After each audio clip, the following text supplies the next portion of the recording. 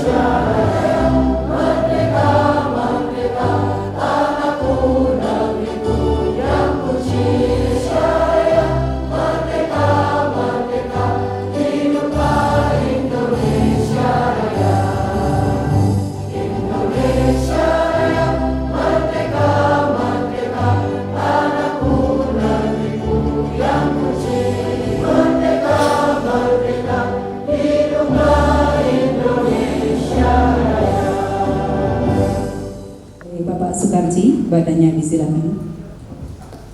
Sesuai agama dan kepercayaan masing-masing, dan izinkan saya berdoa secara agama Islam. A'udzubillahi minasyaitonirrajim. Bismillahirrahmanirrahim. Allahumma sholli ala sayyidina Muhammad wa ala ali sayyidina Muhammad. Alhamdulillahi rabbil alamin. حمدا شاكرين حمدا نائمين حمدا يوافي نعمه ويكافي مجيده يا ربنا لك الحمد كما ينبغي لجلال وجهك وعظيم سلطانك. Ya Allah, Tuhan yang Maha Agung, pada hari ini kami akan mulai melaksanakan kegiatan rapat koordinasi dan lapor diri program Kampus Mengajar Angkatan 7 tahun 2024. Dengan memohon ridho dan izin-Mu, berikanlah acara ini kemudahan dan kelancaran, dan jadikanlah pelaksanaan rapat koordinasi dan lapor diri program Kampus Mengajar Angkatan 7 tahun 2024 ini sebagai ibadah kami. Walhamdulillahirabbil alamin. Wassalamualaikum. Baik Bapak Ibu hadirin sekalian, selanjutnya kita ikuti laporan dari Koordinator Dosen Pembimbing Lapangan yang dalam hal ini akan disampaikan oleh Bapak Jatmiko MPD. Kepadanya disilakan.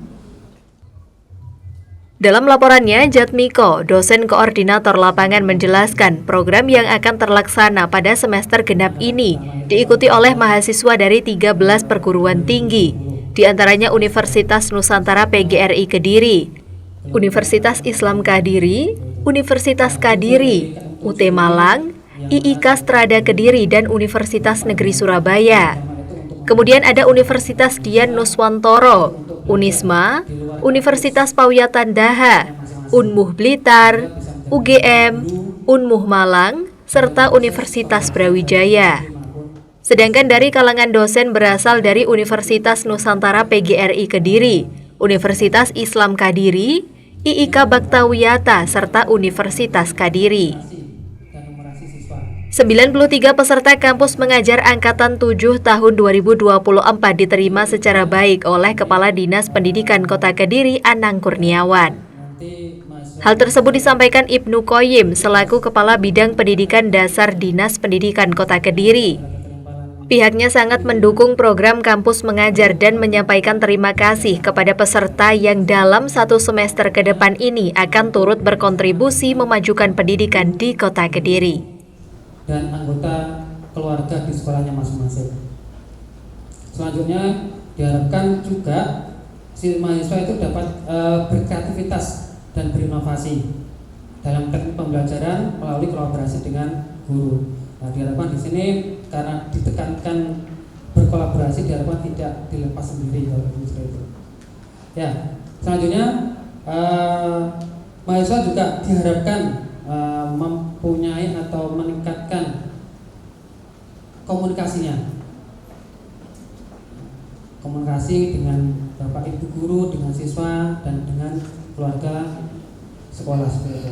Yang terakhir, harapannya itu mahasiswa mampu memecahkan masalah-masalah apa aja yang ada di sekolah tempat penugasan, tapi sesuai dengan kapasitas dan kemampuan mahasiswa sendiri itu. Nusewu Pak No, di sini saya juga melaporkan secara nasional di kampus KM7 itu ada 32.671 mahasiswa secara nasional.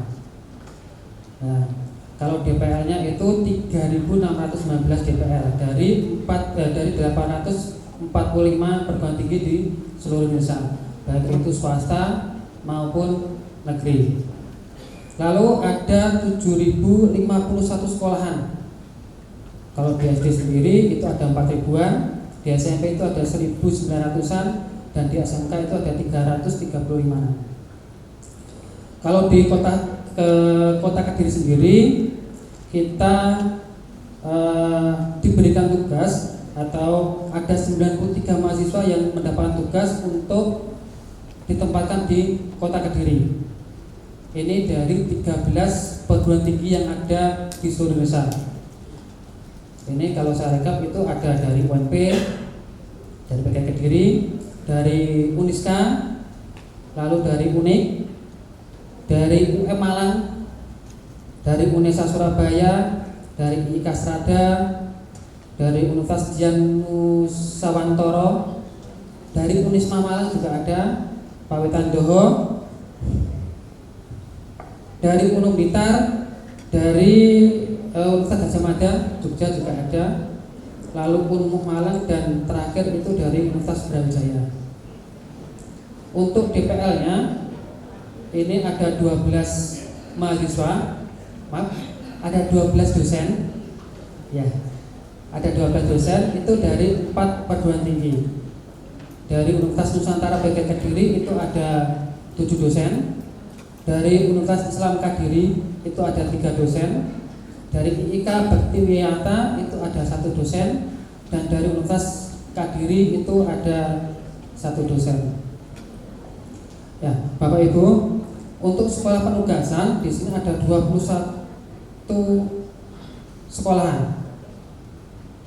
Ya, ada 21 sekolahan. Nah, 23 ya, 23. SD itu ada 18, 15 negeri dan 3 swasta. Lalu di SMP-nya itu ada 5 sekolahan, 1 sekolah negeri dan 4 sekolah swasta. Ya, yang saya Pak Inu, mahasiswa ini yang bertugas di sini kemarin juga sudah melalui seleksi. Alhamdulillah cukup ketat juga seleksinya. Terus selama 3 minggu kemarin juga ada pembekalan dari tanggal 22 Januari sampai 9 Februari, meliputi visi nasional, literasi, numerasi, kompetensi pedagogi, soft skill, dan praktek pembelajaran secara berjenjang di sekolah penugasan, seperti itu. Nah, dari sini saya mohon Bapak Kepala Dinas atau mungkin diwakili sama Pak Endo berkenan untuk menerima lapor diri kami dan sekaligus melepaskan mahasiswa peserta kampus mengajar angkatan 7 yang mana penugasan atau penempatannya di Kota Kediri. Di sambutan penerimaan dan sekaligus pelepasan yang disampaikan oleh Bapak Ibnu Qoyim, kepadanya disilakan. Adik-adik semua.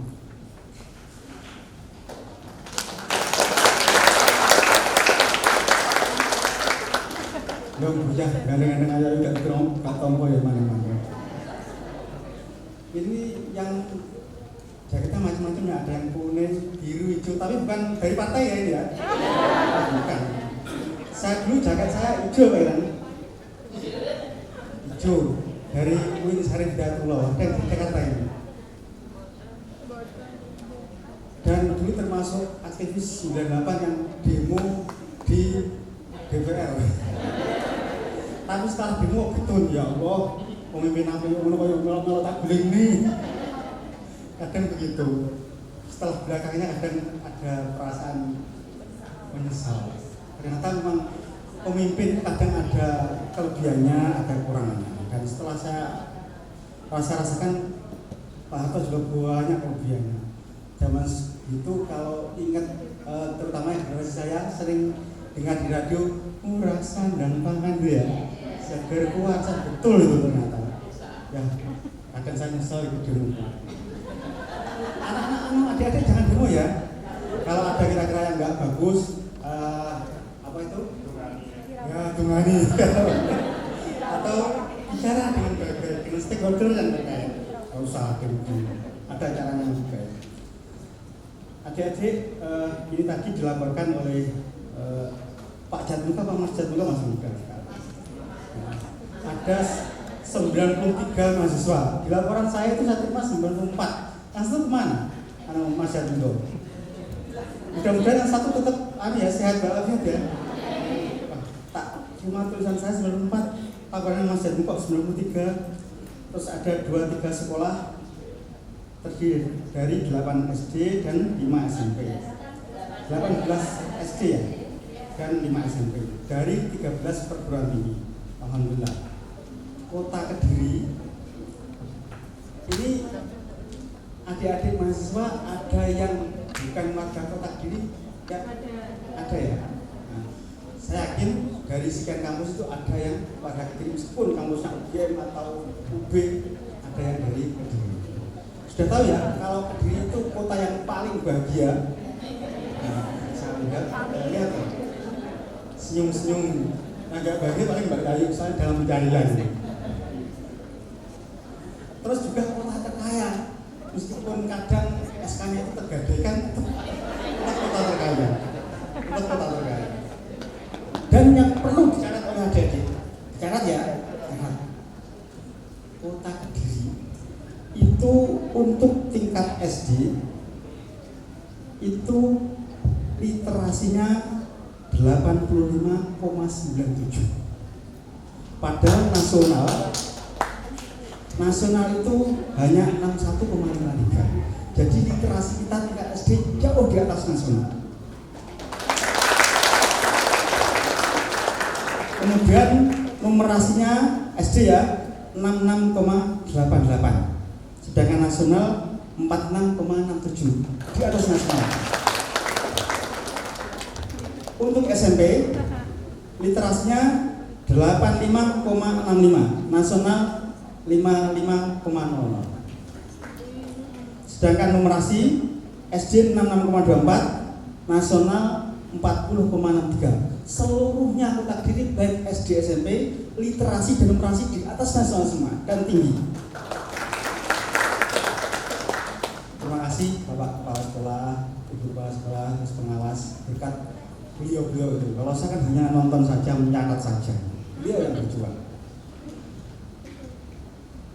Terus tadi disebutkan oleh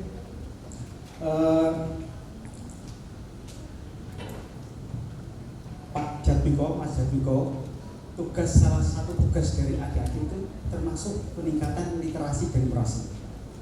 Lalu dulu dapat ini? Tidak. Minggu yang lalu ini kita laporan ke PJ, Bu PJ Wali Kota. Kita sudah, kata beliau, kita sudah bagus di atas nasional. Tapi saya ingin lebih bagus lagi. Kan kalau bagus nilai 100. Nanti adik-adik cari nilai 110 ya. Maksud kami, kalau bisa ditingkatkan lagi. Jangan pernah puas dengan prestasi yang diterima. Adik-adik juga begitu.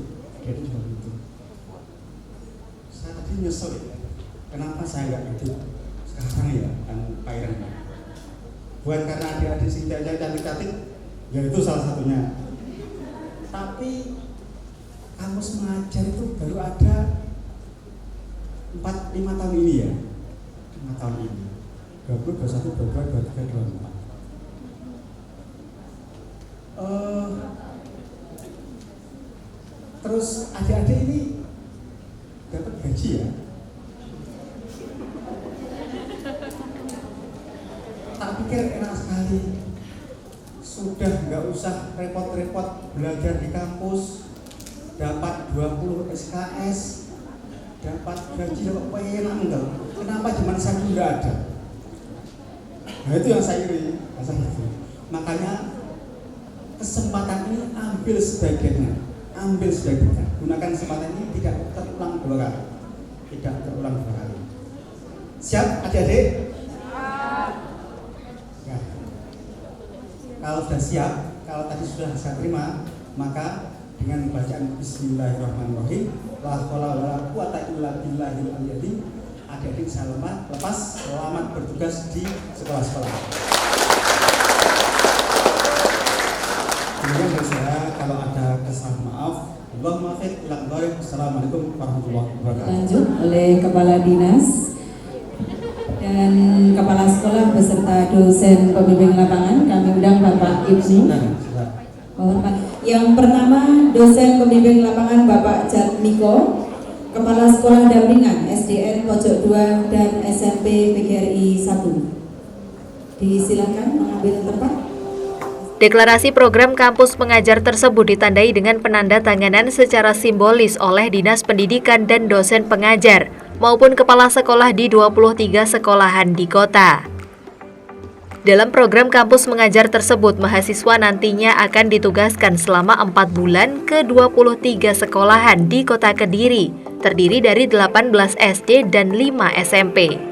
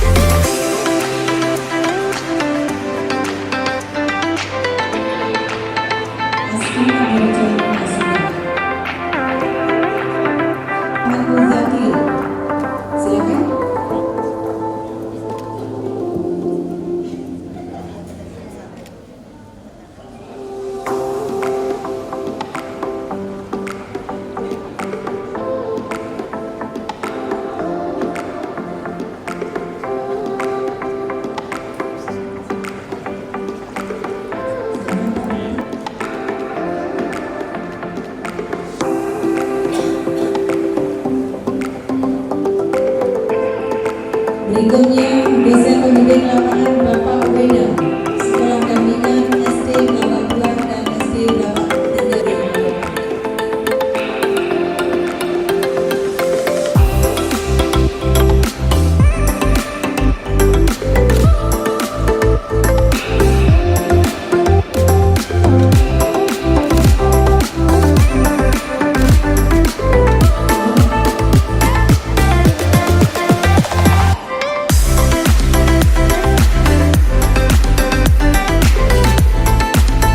Berikutnya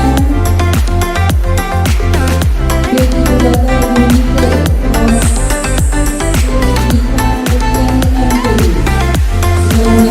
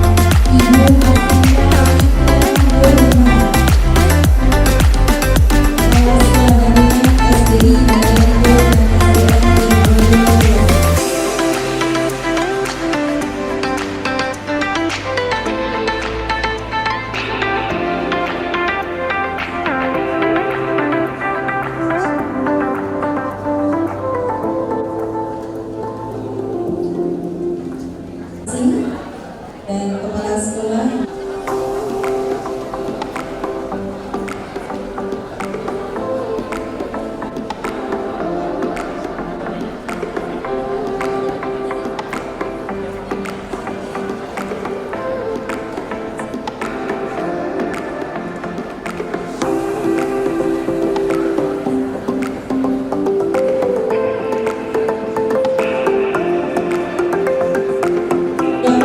Ibu Idola Perdana Sulistioning Suharto.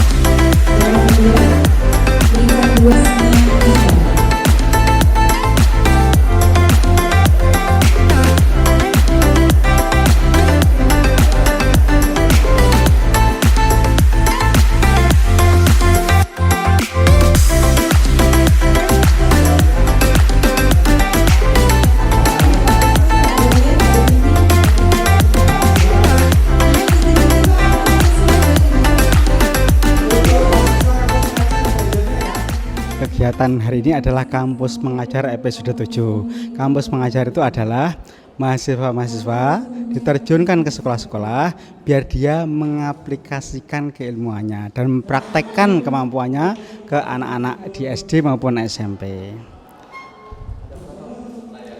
Pesertanya ada 94.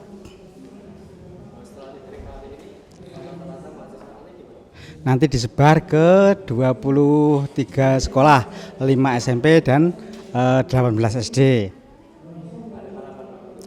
Harapannya begini, Kediri itu kota Kediri itu kemampuan literasi dan numerasinya sudah tinggi, tapi kami belum puas, ingin tambah tinggi lagi. Jadi kami harap mahasiswa bisa meningkatkan literasi dan numerasi anak-anak baik SD maupun SMP. antik dan Di penghujung acara, mahasiswa, dosen, dan kepala sekolah sasaran menerima pembekalan tambahan materi transisi PAUD SD yang menyenangkan dari Bapak Ireng Dwi Widodo, SPD MPD. Widya Prada, ahli muda Balai Besar Penjaminan Mutu Pendidikan Provinsi Jawa Timur. yang pribadi kata bapak saya, tapi apalah William Shakespeare, apalah arti sebuah nama. Monggo panjenengan manggil saya Ireng kena duit, terserah, yang penting sama-sama bahagia. Enggak usah bertele-tele, yang penting tersampaikan maksud dan tujuannya, serta nyampe ilmunya. Besok teman-teman segera melaksanakan aktivitas. Mulai tanggal berapa teman-teman sudah action di satuan pendidikan? 26 hari Senin, hari baik. Sudah siap teman-teman? Apa yang disiapkan? Seneng? Karena apa? Dapat gaji? Ya, tidak apa-apa. Nah, kemarin teman-teman sudah mengikuti pembekalan, kemudian dari BPPNP secara daring sudah tanggal 20, tanggal 21, 2 hari mengikuti semua teman-teman.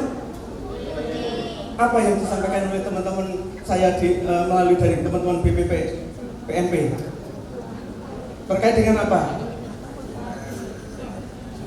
Perangkatnya di-on-kan terus ditinggal.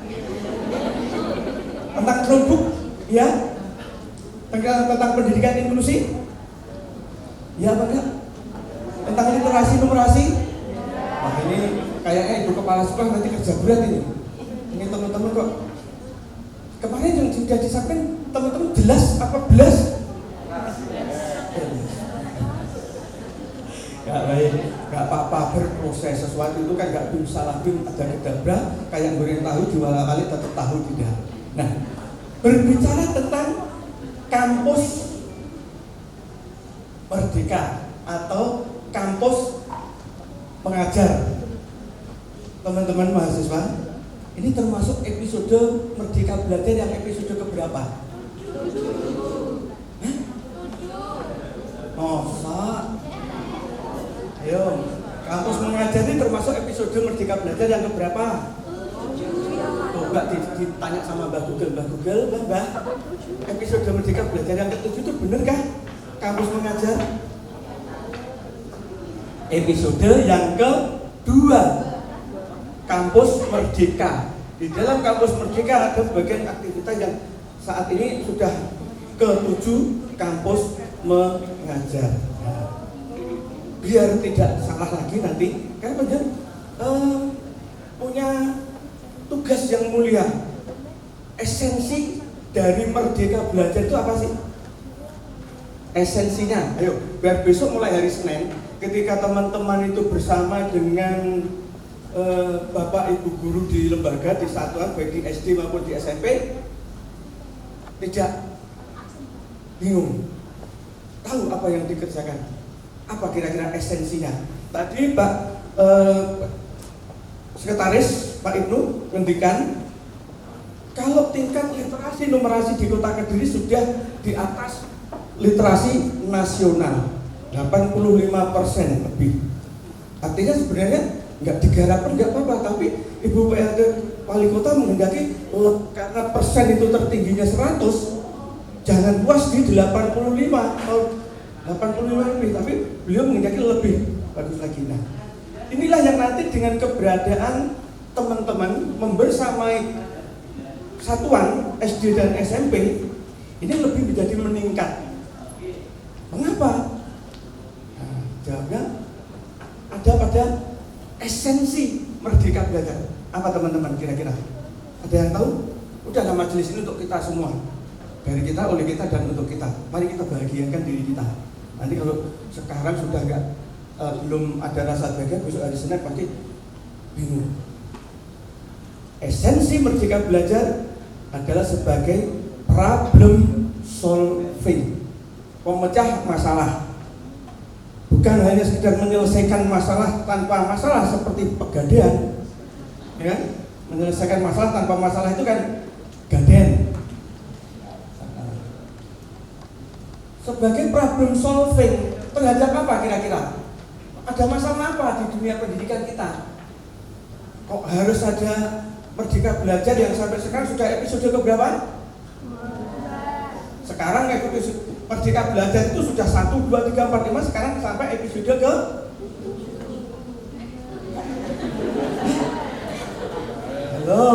Halo, episode ke-26. Wow, kok gumunan gitu toh? Dan episode yang ke-25 sangat menarik tentang penanggulangan tindak kekerasan. Ada episodenya saja kita baru saja mendengar kasus kekerasan di dunia pendidikan. Miris. Mudah-mudahan di Kediri tidak terjadi itu. Amin. Nah, problem solving terhadap krisis pembelajaran. Itulah. Yang pertama pahami dulu esensi Merdeka Belajar adalah sebagai problem solving. Jadi nanti teman-teman adik-adik mahasiswa dan mahasiswi bersama-sama dengan Bapak Ibu guru didampingi oleh Bapak Ibu dosen ingin menyelesaikan permasalahan krisis pembelajaran yang ada di masing-masing satuan.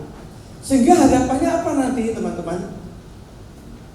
Generasi emas yang diidam-idamkan negara kita tahun 2045 bisa terwujud, yang dimulai juga mulai saat ini dengan membenahi, menata bagaimana pembelajaran lebih menghantarkan peserta didik ini. Maka ada yang menjadi tujuan juga, yaitu apa?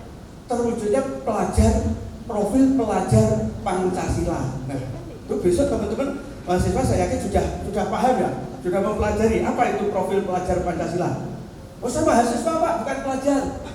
Nah, nanti dibuka ya, biar nanti bisa nyambung dengan teman-teman di satuan. Nah, sekali lagi esensinya ada sebagai problem solving terhadap apa? Krisis pembelajaran. Kalau begitu sebenarnya punya tujuan juga Merdeka Belajar. Apa tujuannya? Ada 3. Siapa yang masih ingat? Lamat-lamat waktu eling. Apa tujuannya? Untuk siapa tujuan Merdeka Belajar itu? Bapak Ibu guru, masih ingat? 1, untuk murid. 2, murid. 3, murid. Jadi aktivitas teman-teman nanti dalam rangka meningkatkan kompetensi murid. Kompetensi apa yang ditingkatkan? Banyak, nanti akan kami ceritakan. Yang jelas bagaimana anak-anak ini belajar dengan nyaman, dengan senang, kemampuan-kemampuan baik secara akademik maupun non-akademik, perkembangan sosial emosionalnya, fisiknya, motoriknya, kemudian pemahaman positif terhadap pembelajaran tumbuh. Termasuk yang utama adalah fondasi ketuhanan yang Maha Esa dan etika. Nah, hari ini teman-teman, Bapak Ibu dosen, Bapak Ibu kepala sekolah dan teman-teman mahasiswa, adik-adik, kalau kemarin teman-teman sudah mengikuti terkait dengan materi secara online berbicara tentang Chromebook. Apa itu Chromebook? Gak usah dijelaskan. Saya yakin banyak semua sudah paham. Intinya di masing-masing satuan beberapa tahun, 2 tahun, 3 tahun ini mendapatkan bantuan dari pemerintah berupa Chromebook. Tidak sedikit teman-teman, lebih dari 10, 15 paling tidak per satuan Chromebook itu. Nah, bahkan ada yang lebih. Tugas teman-teman nanti bersama-sama dengan guru di satuan, tolong dampingi, karena pada idealisnya masih tinggi, teorinya masih seger, ya kan?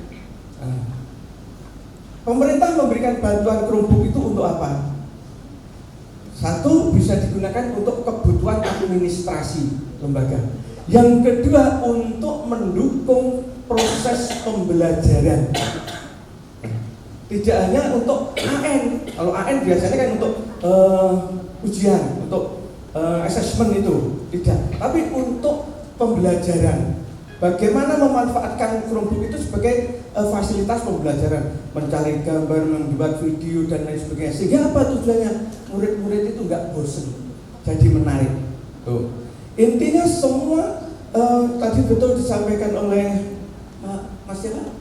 Mas Darmiko, mengarahnya pada peningkatan literasi dan numerasi. Nah, ini teman-teman mahasiswa harus juga nanti dipahami apa sih literasi dan numerasi itu. Apakah hanya sekedar calistung yang dimaksud dengan literasi numerasi? Tentu tidak.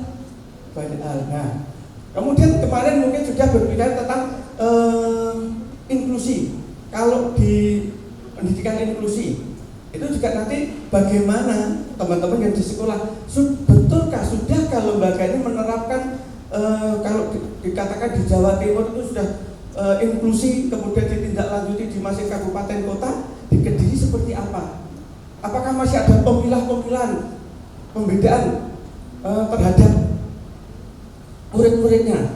Monggo nanti itu salah satunya untuk bagaimana betul-betul pembelajaran itu dengan adanya inklusif, maka pembelajaran diferensiasi akan berjalan dengan baik dan benar.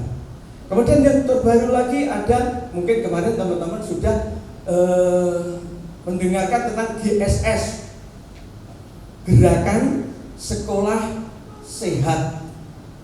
Sehat apanya? Nanti di browsing ya. Tidak hanya sehat jasmani saja tuh Pak, tapi juga sehat pikir juga, banyak kesehatan. Loh, Pak, ini istilah apa lagi? Sebenarnya bukan istilah baru GSS. Saya yakin di sekolah-sekolah dulu dan sampai sekarang masih ada bahkan di pagar di dinding itu ada warna hijau tulisannya UKS. Itu sebenarnya, maka sekarang digelorakan lagi. Nah, kemudian apalagi gerakan sehat berhubung sekali lagi itu nanti ya. Kemudian mungkin kemarin ada yang buku-buku yang menarik. Mungkin kemarin dijelaskan buku yang berkualitas itu seperti apa. Semua ini bisa diakses, mungkin teman-teman masuk ke lamannya SIBI, Sistem Informasi Perbukuan Indonesia. Itu mengawal teman-teman di satuan untuk murid-muridnya itu gemar membaca salah satunya. Mengapa gemar membaca? Karena dengan buku-buku yang menarik. Terus kita sudah gemar membaca Pak, anak-anak kita itu bahkan sejak bayi itu sejak TK baca apa? Baca status. Berarti kita harus senantiasa berdoa ya Ibu dan Bapak. Tidak hanya berdoa untuk minta perlindungan a'udzubillahi minas syaitonir rajim, tapi juga a'udzubillahi minas syaiton gepengir rajim. Nah, itu penting. Karena di dalam syaiton gepeng itu banyak aplikasi, tapi mudah-mudahan teman-teman mahasiswa tidak sering berkunjung atau bahkan tidak akses ke aplikasi hijau. Nah, ini bahaya. Ya, hati-hati. Nanti itu sangat-sangat berbahaya aplikasi hijau itu. Dan saya yakin semua sudah tahu apa itu. Nah, baik. Ada satu hal yang ingin kami sampaikan, khususnya lebih khusus teman-teman nanti mahasiswa yang bertugas di satuan sekolah dasar. Ada hal yang menarik yang saat ini ingin menjadi sukses, yaitu berupa gerakan mari bergerak bersama untuk gerakan transisi PAUD SD yang menyenangkan. Kalau kita berbicara dengan teman-teman PAUD sudah biasa, PAUD mesti menyenangkan. Tapi bagaimana dengan yang di SD? Ada apa lagi ini? Kecurigaan apa ini? Tidak ada yang dicurigai. Semuanya sudah baik, mari kita tingkatkan. Nah, transisi PAUD SD intinya ada 3 hal sebenarnya yang ingin perubahan besar yang ingin dicapai. Ini langsung pada jantungnya saja, nggak usah berbelit karena tadi ikan cepat ikan gabus. Apa? 1 tahun teman-teman, berapa bulan nanti ada mahasiswa? 4, bukan 6 bulan, dan 2 bulan libur dan menyusun laporan. Tapi nggak apa-apa. Ada hal yang penting. 3 target perubahan yang ingin diharapkan oleh pemerintah terjadi. 1 adalah PPDB SD tidak mempersyaratkan calistung. Dan saya yakin di Kota Kediri baik sekolah negeri maupun swasta tidak melakukan itu. Kalau masih ada mungkin online. Oke. Nah, online pun mudah-mudahan tidak ada pertanyaan yang terkait dengan oke, terima kasih. Nah, yes. Usia, jarak, tempat tinggal, kemudian mengapa kok tidak boleh calistung, Pak? Padahal tuntutan di masyarakat ya kan, benar dengan bapak dan ibu, orang tua, papa dan mama, ayah dan bunda, ini di sekolahmu yang gitu nak, sekolahnya di mana? Kok dolanan tok, kok main-main tok, nggak diajari moco nulis hitung. Mari wisuda, lulus PAUD, lulus TK, nggak bisa moco nulis.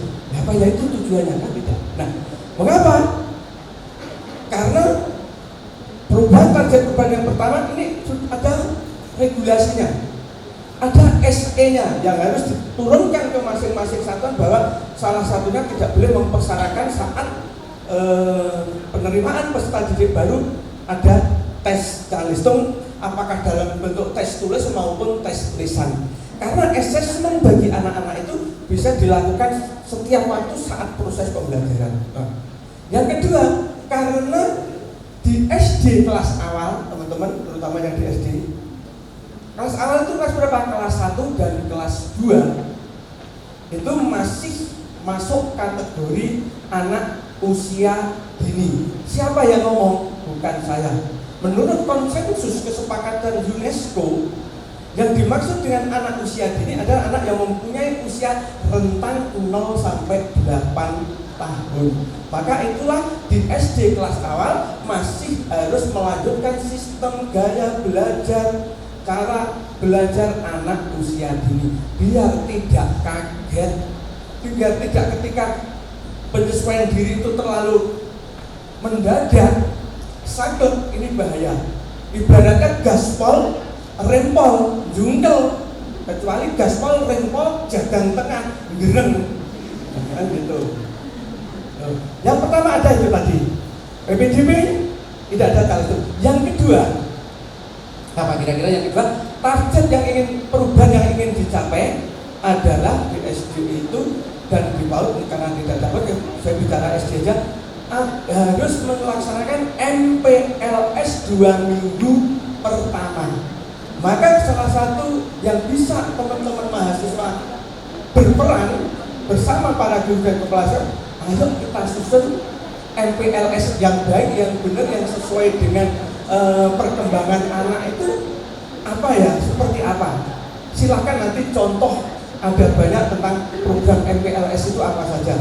Nah, di transisi PAUD SD teman-teman silahkan berkunjung ke laman transisi PAUD SD. Ketik aja di Google transisi PAUD SD, nanti akan ditunjukkan di situ ada bahan ajar, ada modul. Untuk kemudian di platform PMM, di platform Merdeka Pengajar juga ada transisi PAUD.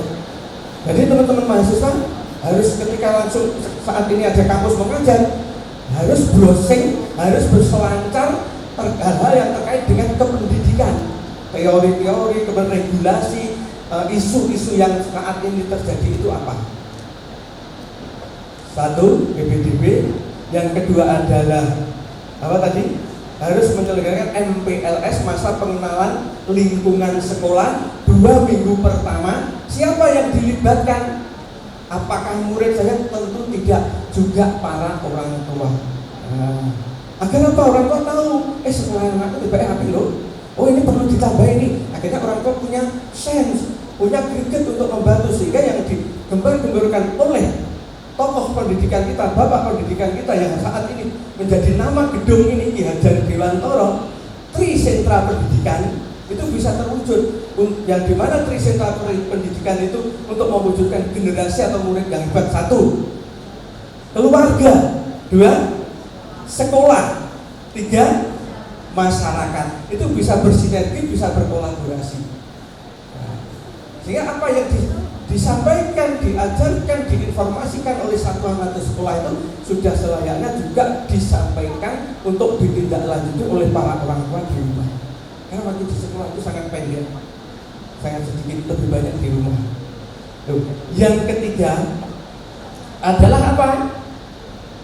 Adalah bagaimana proses pembelajaran itu menjadi suatu aktivitas yang bisa mengarahkan kepada ini, pada kompetensi, kemampuan fondasi yang dibangun sejak di TK sampai dengan di SD kelas awal. Ini teman-teman mahasiswa, kemampuan fondasi yang dinamakan sekolah siap itu adalah kesiapan memiliki kemampuan fondasi untuk pembelajar sepanjang hayat. Bukan yang namanya ini ada miskonsepsi bahwa siap itu adalah yang harus dibentuk, harus disiapkan saat di TK, sehingga di SD siap, dikatakan siap itu siap masuk ke jenjang pendidikan yang lebih tinggi, di SD tidak. Karena yang dimaksud kesiapan adalah ini, bagaimana kemampuan fondasi ini selalu di SD makanya dikuatkan, di SMP pun juga dikuatkan fondasi ini, di SMA, SMK pun juga dikuatkan. Nah, ini teman-teman mahasiswa, kemampuan fondasi yang nanti mungkin ketika teman-teman membersamai guru-guru, kira-kira aktivitasnya sudah mengarah kepada 6 kemampuan fondasi ini belum? Nah, 1, mengenal nilai agama dan budi pekerti, ini penting.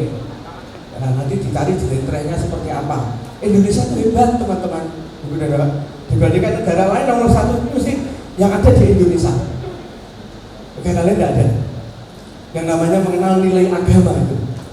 Yang kedua, kematangan emosi yang cukup untuk berkegiatan di lingkungan belajar. Nah, mengapa ini perlu? Karena di SD anak-anak memasuki lingkungan yang baru, dunia yang baru, teman yang baru. Maka di kelas awal bagaimana ini dibangun, dikuatkan lagi.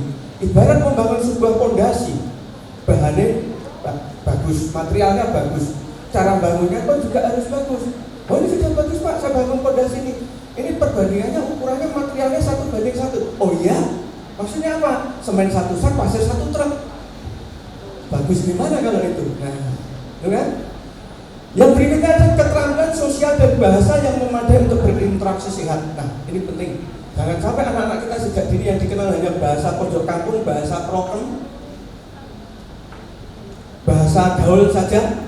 Tapi bagaimana bahasa yang memadai untuk berinteraksi secara sehat dengan teman sebaya dan individu lainnya. Mahasiswa jurusan bahasa penting untuk mengenalkan bahasa Indonesia yang baik dan benar. Pemaknaan belajar positif. Nah, ini bagaimana menumbuhkan pada anak usia dini, pada anak-anak di sekolah, baik di SD maupun di SMP ini. Dia itu ternyata belajar itu penting. Belajar itu menyenangkan. Orang belajar tidak ada, oh ini belajar bolak-balik kok gak pinter-pinter. Gak ada urusannya belajar dengan kepinteran. Pinter gak pinter itu sebenarnya sudah garis. Loh Pak, kalau gitu gak usah belajar. Nah, bagi seorang murid dan kewajiban itu sinau. Nah, perkara pinter gak pinter, kalau pinter itu bonus. Maka tidak cukup hanya belajar saja, perlu sebuah asupan-asupan yang lain, mungkin isi, mungkin doa. Maka jangan sampai telat yang namanya doa. Itu penting. Doa rukun ibadah. Doa itu dan rukun ibadah. Sehingga ketika kita sudah berdoa saja, alhamdulillah itu hal yang sangat menyenangkan. Kita harus bersyukur ketika kita diberikan kemauan dan kemampuan untuk berdoa. Gak usah dikte yang kita mintain. Kebanyakan kita salahnya kan selalu mendikte. Minta ini segera dikabulkan, minta ini sudah diturutin sebagainya. Yang kelima, pengembangan keterampilan motorik dan perawatan diri. Ini teman-teman yang memadai untuk apa? Berpartisipasi di lingkungan secara mandiri. Dan yang keenam ada kematangan kognitif untuk cukup melakukan kegiatan belajar. Dan seterusnya seperti apa? Literasi dan numerasi. Nah, mengapa literasi dan numerasi di sebagian besar sekolah itu kalau dilihat di rapor pendidikan masih warnanya merah atau oranye, ya kan? Alhamdulillah Kediri tidak. Nah, maka ini perlu nanti teman-teman bersama dengan guru, karena dulu dilihatnya dari assessment. Nah, disinilah pentingnya bagaimana menyusun soal-soalnya, karena soal-soalnya bersifat arahnya ke AKM kan, asesmen kompetensi mandiri. Soal-soalnya seperti apa? yang memang ribet buatnya, harus ada stimulus. Nah ini nanti teman-teman mahasiswa yang masih seger ilmunya, dampingi teman-teman guru kita bagaimana menyusun soal DKM kalau itu juga menjadi hal yang penting. Nah, kemampuan fondasi ini teman-teman dibangun secara berkesinambungan melalui lingkup pembelajaran di PAUD hingga lingkup pembelajaran di SD kelas awal. Inilah, maka teman-teman di SD ini hal yang penting. Kalau kemarin di Zoom meeting terkait dengan PDM, judulnya kan PDM kemarin itu ada PDM 10, ada PDM 12, ada PDM 3, ada PDM 2 tentang IKM, tentang literasi dan yang terkait dengan implementasi kurikulum Merdeka. Nah, ini bagian di PDM 9. Nah, ini teman-teman sebenarnya yang menjadi capaian. Nah, ini tadi yang kami sampaikan.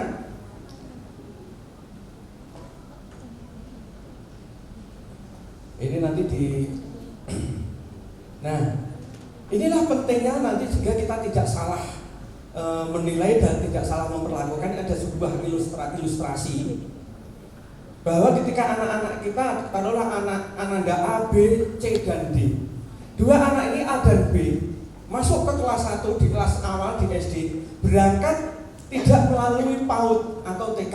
PAUD itu pendidikan anak usia dini teman-teman. Ada taman kanak-kanak, kalau di Madura ada TNK, taman nak-kanak ya. Kalau di Jawa taman kanak-kanak, ada KB kelompok bermain, ada SPS satuan PAUD sejenis yang ada di kelurahan, di balai RW, di balai RT, ada di posyandu. Itu teman-teman juga harus tahu, teman-teman mahasiswa terkait dengan pendidikan ya. Ini tidak masuk di PAUD, tapi yang kedua C dan D sama-sama berangkat dari TK. Namun ketika kita lihat, taruhlah ini anak tangga ini menunjukkan capaian kompetensi anak.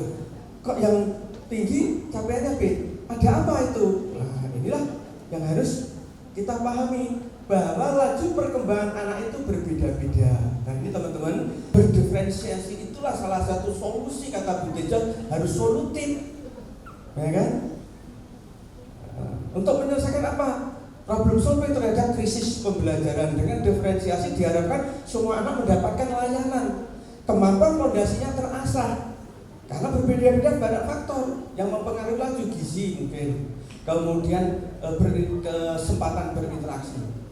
Tidak laju perkembangan, namun kesempatan belajar pun anak juga. Untuk diketahui, sebelum terjun ke lapangan, para peserta terlebih dahulu mengikuti serangkaian kegiatan pembekalan yang telah dilangsungkan sejak tanggal 25 Januari hingga 9 Februari 2024. Meliputi pembekalan fisik nasional, literasi, numerasi, kompetensi pedagogi, soft skill, dan praktik pembelajaran secara berjenjang di sekolah.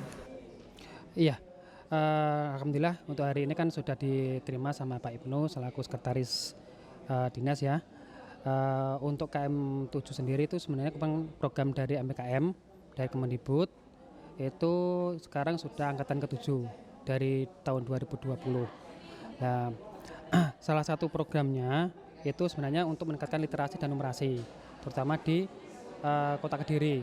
Itu yang sekolah yang levelnya 1 sama 2 seperti itu. Kalau mahasiswanya itu yang di kota sendiri itu ada 13 perguruan tinggi.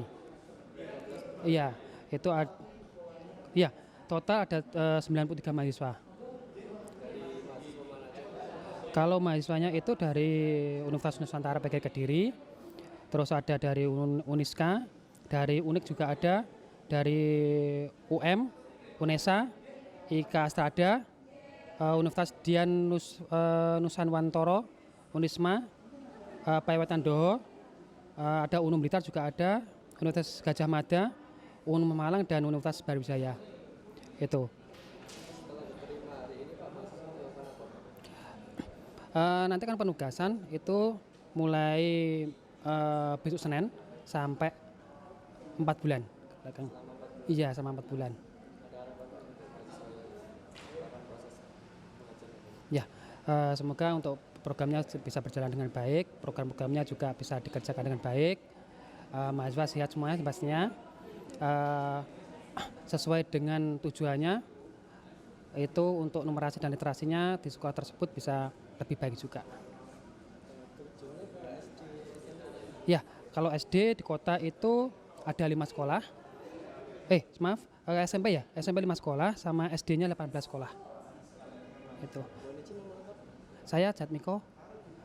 Saya ada DPL di SMP PGRI 1 sama di SDN Pojok 2. Saya dari Universitas Nusantara PGRI Kediri.